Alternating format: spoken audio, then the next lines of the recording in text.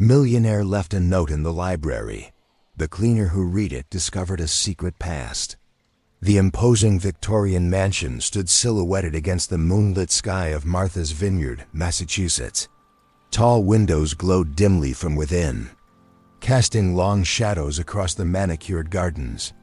The weathered sign at the entrance read, "Whitmore Estate Private Property."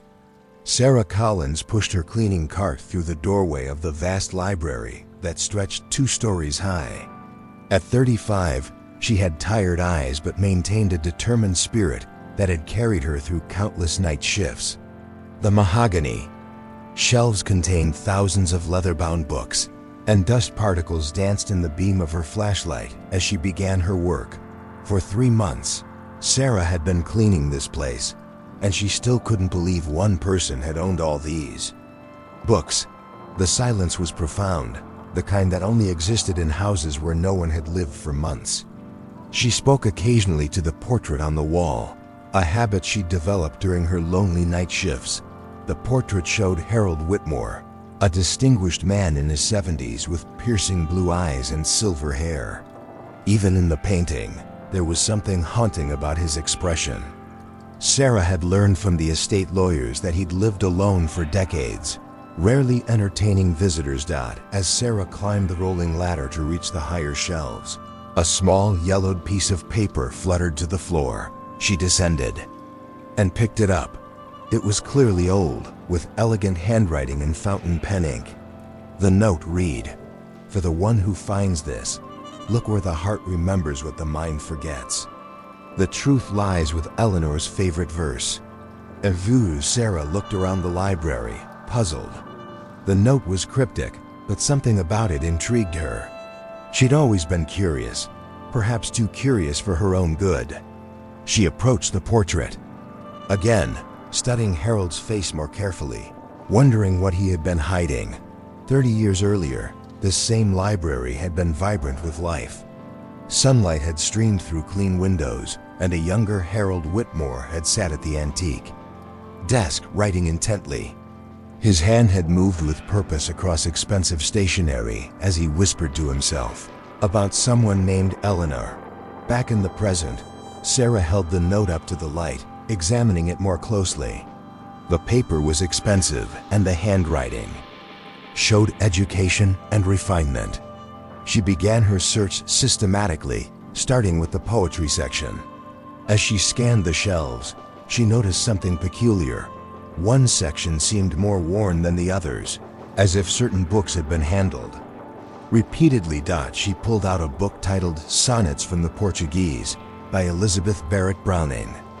The pages were well worn, and several verses were underlined in faded pencil. One page had a small folded piece of paper tucked between its pages. The marked verse read, "How do I love thee? Let me count the ways." Sarah unfolded the hidden paper. It was a photograph from the 1990s. Harold, looking happy and relaxed, standing beside a beautiful woman with dark hair and bright eyes. On the back, in Harold's handwriting, "Eleanor and me, Martha's Vineyard, 1994. The only time I was truly myself." Her search continued, and she found more hidden treasures. Love letters tied with a faded ribbon, tucked behind books about European art. A small jewelry box hidden behind a false back in the biography section, containing an engagement ring that was never given. As Sarah read one of the letters, her expression changed from curiosity to concern.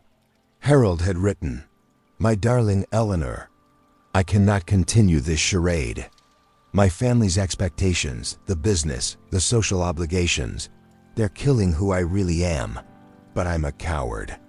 I'm trapped in a life that isn't mine, and I'm too afraid to choose love over duty." She sat in Harold's chair, surrounded by the evidence of a secret love affair. The weight of the discovery settled on her. Harold had never told Eleanor how he truly felt. He had let her go without fighting for their love. A car door slammed outside. Sarah's heart raced as she quickly gathered the items. She heard footsteps approaching. Someone was coming to the house. Voices echoed through the house, official sounding, like lawyers or estate agents discussing the upcoming estate sale scheduled for next week. Sarah realized she was about to lose access to Harold's secrets. She made a quick decision, slipping the original note and the photograph into her pocket. As she prepared to leave, she noticed something she'd missed before, a small, brass key taped to the underside of Harold's desk drawer. The footsteps were getting closer.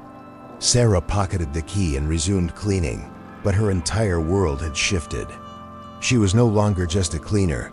She had become the keeper of Harold Whitmore's greatest secret. The quaint New England town of Martha's Vineyard bustled with late summer activity. Sarah walked down Main Street, clutching a folder containing Harold's letters and the mysterious photograph. She gathered courage before entering the local historical society. Margaret Stone, a librarian in her 60s with wire-rimmed glasses and a kind demeanor, looked up from her desk as Sarah entered. When Sarah showed her the photograph, Margaret's eyes widened with recognition. Margaret explained that the woman was Eleanor Chun, a visiting professor at the art college, who had been there in the 1990s. She described Eleanor as a beautiful and talented artist who had left suddenly in 1994 and never returned. There had been rumors about her and Harold Whitmore, everyone knowing he was engaged to Patricia van der Berk from an old money family. But Eleanor had been different. She had brought something alive in Harold. Margaret revealed that Eleanor had moved to California and become quite successful, living in San Francisco. She had never married, from what Margaret had heard. Most importantly, Eleanor was still alive. That night, Sarah returned to the estate under cover of darkness. She used her key to let herself in, determined to solve the mystery of the brass key Harold had left behind. In the library, she searched methodically, trying the key on various locked drawers and cabinets. Finally, she discovered a hidden compartment behind a bookshelf that required the key to open. Inside, she found Harold's private journal and a sealed letter addressed to Eleanor if she ever returns. The journal entries broke Sarah's heart. Harold had written about watching Eleanor pack her car in October 1994, seeing her look back at the house once, hoping he would come after her. But he had stood behind the curtain like a coward while planning to announce his engagement to Patricia the following month. The journal revealed 30 years of regret. Harold had written about wondering what would have happened if he'd been brave enough to choose love. He had built a fortune, married the right woman, and lived the right life. But he had never been happy, not for a single day since Eleanor left. The sealed letter was Harold's final message to Eleanor, written just months before his death. In it, he acknowledged that he had no right to ask anything of her after all these years, but he needed her to know that letting her go was the greatest mistake of his life. He was leaving her everything, the estate, the fortune, all of it.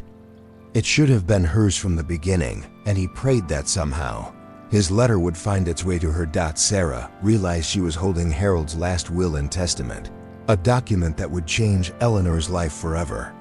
She spent days investigating, searching for Eleanor Chun in San Francisco, making phone calls and following leads. She learned about Eleanor's successful art career and practiced what she would say when she called. Finally, Sarah made the call. Eleanor's sharp intake of breath when she heard Harold's name revealed the depth of emotion that still remained after all these years. When Sarah told her that Harold had passed away 3 months ago, Eleanor's voice broke with the realization that she would never see him again, never have the chance to resolve their unfinished story. Eleanor agreed to come to Martha's Vineyard immediately when Sarah mentioned that Harold had left her something important. At the ferry terminal, Sarah waited nervously as passengers disembarked.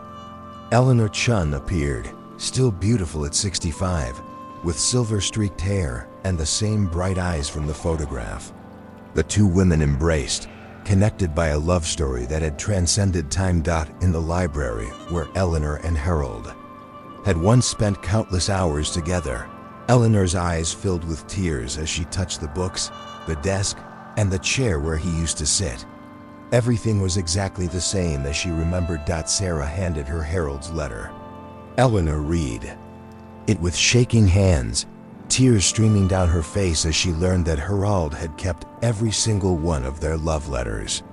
When Sarah showed her Harold's will, officially drawn up by lawyers but hidden in the secret compartment, Eleanor was overwhelmed to learn that she was now one of the wealthiest women in New England.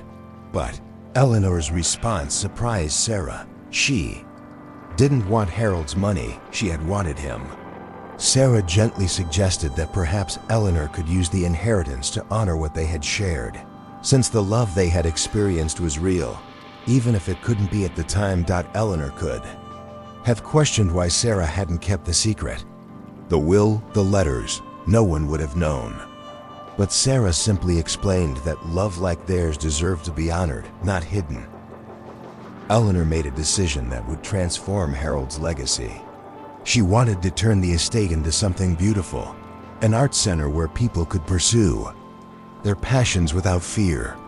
She asked Sarah to help her run it, recognizing that Harold had trusted her with his greatest secret, which said everything about who Sarah was. As the sun set over Martha's vineyard, the two women stood on the terrace, overlooking the ocean.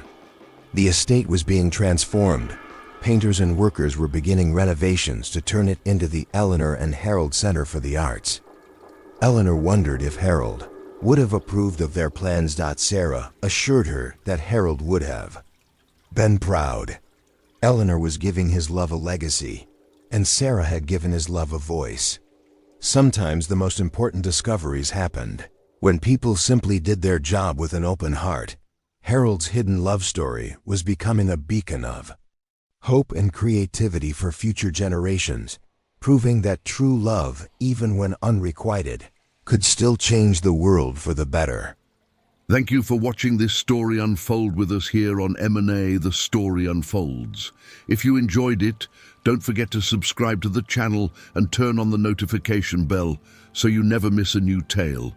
We'd love to know where you're watching from. Leave a comment below and tell us what part of the world you're joining us from. Your support means everything. See you in the next story.